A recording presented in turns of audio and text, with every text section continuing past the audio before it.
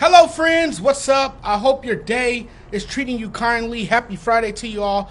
Please hit the subscribe button if you're watching from YouTube. If you're checking this out on TikTok, hit follow to keep up with me. I'm Jonathan Mathis, the sports judge. Well, we've waited long enough. The NFL is almost back, baby.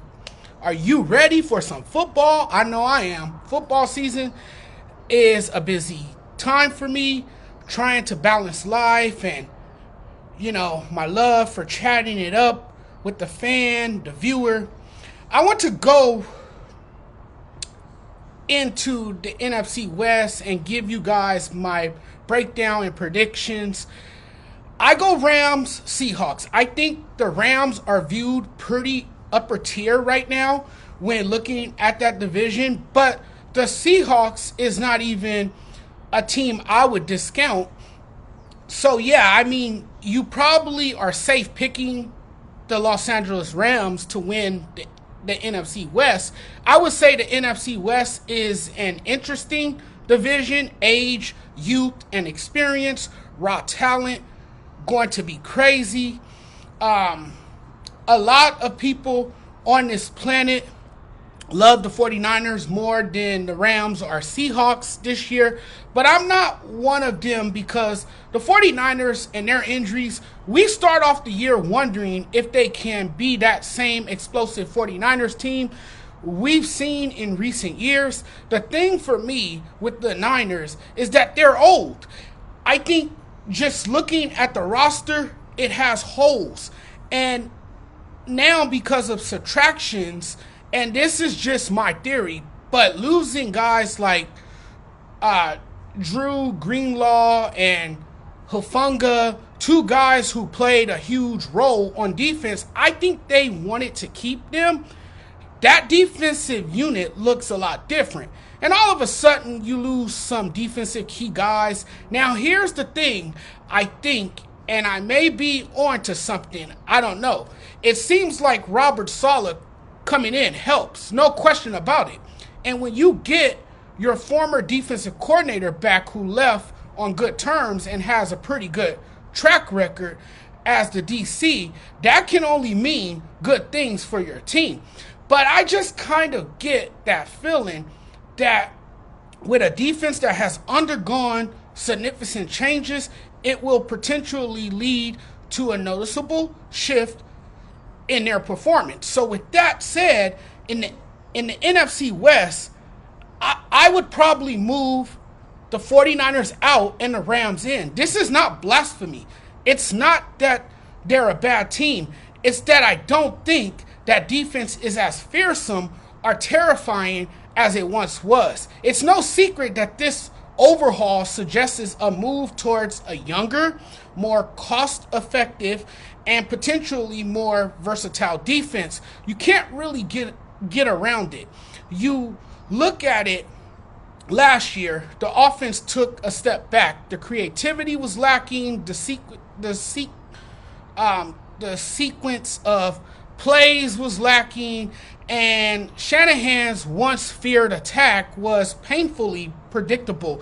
Between the predictability to injuries and age, it was the undoing of the 49ers. It wasn't really a good season, so I don't glean much from the 49ers. I'm kind of getting the same feeling as last season. Quite frankly, I'm looking at the Rams going, this might be their division to win. I'm not 100% positive, but based on how they finished last season and the way the 49ers looked collectively and how everybody is reacting and, oh, by the way, no more Debo, I think the Rams are the class of the NFC West. I'm staring at them as an NFC pick. I've always thought of Sean McVay as someone who has far greater intellect than most coaches in the NFL. I think McVay is the best coach in that division. I'm buying him as a legit contender. I would expect the Rams to look better next season. I think you're going to see a very good Rams team. I won't tell you they're coming out of the NFC, but they're definitely good enough to win their division. If all goes well, give me the Rams in the NFC West. I swear to you, I talk about Puka Nacua as if he is the next great wide receiver in the NFL. He's the star of the show. And, I'm super high on him. I loved him from the first moment I saw him. You know what? That to me, he reminds me of Larry Fitzgerald. I can't get away from it. I can't stop seeing it. They share a lot of similarities. Nacua, like Fitzgerald, is a slot receiver who constantly makes positive plays and moves the chains. Now, I want to see what he can do with Devontae Adams. And I think you're going to see this be the most prolific Rams offense. They still have the same defense that sacked Sam Darnold 9 times in the playoffs. They have a good old line with a strong run game. Puka Nacua is doing his thing. Jared Verse is nice. He's looking like he's ready to pick up where he left off. Granted, there will never be another Aaron Donald, but Verse reminds me of AD. This is the one time where I will say the Rams are put together nicely. What all of those things tell me is the Rams are ready to compete. This is really about now whether Matthew Stafford will be ready for week 1. I'm not worried about his status. If you know Stafford, he's tough as nails. He's a competitor. He endures pain, plays through injury, and gives it everything he has, even if he's wounded. So the back injury is not a big deal, but it's something to monitor. I feel pretty sure he's going to be ready to go for the season opener. So in reality, of all the teams in the NFC West, the Rams really stand out. It's not like they aren't built to win. They are.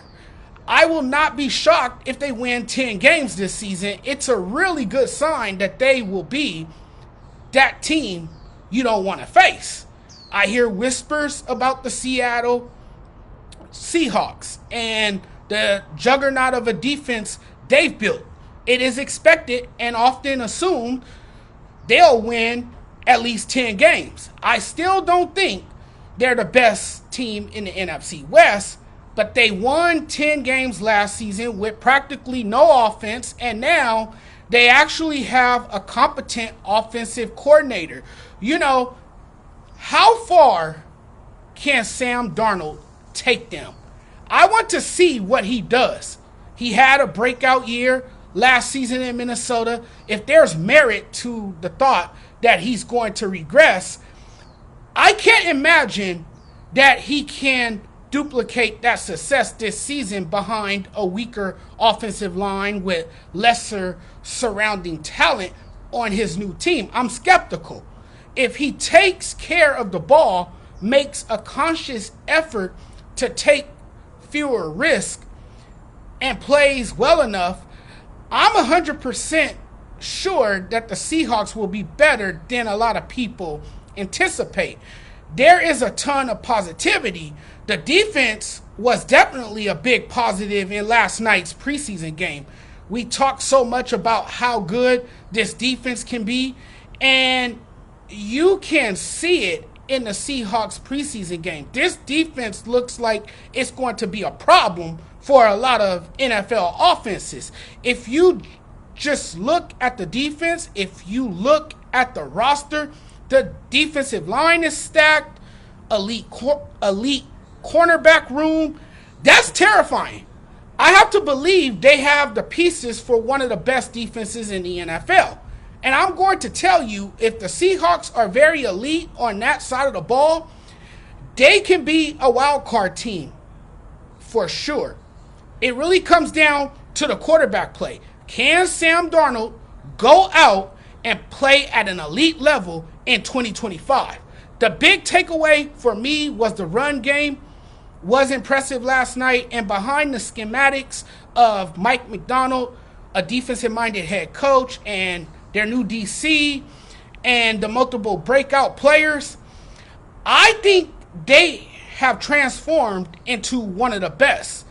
They're built on defense.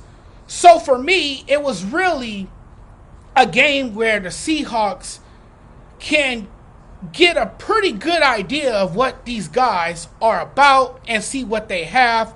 We got to see Torrey Horton, who can beat out Marquez Valdez-Scantling for the wide receiver 3 spot because he's just way better. The draft picks are as advertised. It was pretty cool. The whole team celebrates Josh Jobs' interception. I have such high hopes for a lot of those guys. I totally think they are building something for the future while the 49ers are trying to keep their window open. The Rams, they've got a Super Bowl winning head coach, a Super Bowl winning quarterback, and a wide receiver duo, along with a fearless defense, which surpassed all expectations last season. Seattle is close, but not quite there yet. The ceiling is 10 wins. The floor is 8 to 9 wins, which is better than the Arizona Cardinals, another team in the NFC West I want to get into. The Cardinals have zero identity. That is the biggest mystery with this team. Nobody knows why and when this team will be at the top of their division. So when you look at everything, the roster construction, daily matchups, their failures to add the right pieces, let's just say they're a bottom feeder and will finish last place. Not really a team to worry about. I'm not feeling good about that squad. I couldn't believe they held the lead in the NFC West a year ago before coming unraveled down the stretch and ending the year 8-9. And even though they went all in this offseason to try to put a contender together, like many are, I'm not high on the Arizona Cardinals as potential sleepers. Somebody got to finish last place. And when looking at this division, there are just 3 teams better than them. It is deeply encouraging as a fan to see that things are trending upward with the coaching staff and the fact that the Cardinals upgraded several positions by adding starters and establishing more depth. There's no doubt they should have a balanced offense with Kyler Murray set to play in the same system for a 3rd consecutive season. And I expect Harrison to bounce back well from a disappointing rookie season. This is an offense that features Trey McBride and James Cook. I'm interested to see if Kyler Murray has a stronger connection with 2nd-year wide receiver Marvin Harrison Jr. And if he does, Harrison should eclipse 4,000 passing yards in a season for the first time in his career. I think it's going to be a tight race to begin the season, and then eventually the Rams and Seahawks will kind of pull away, and it will become a 2-team race with the Rams holding on to win the division crown. That's my prediction for the NFC West. Thanks for watching, everyone. Really appreciate the love and support. Hope your Friday's going well. Hope you guys have a fabulous weekend, whatever you guys have planned. Hopefully it's a lot of fun with your family and your friends.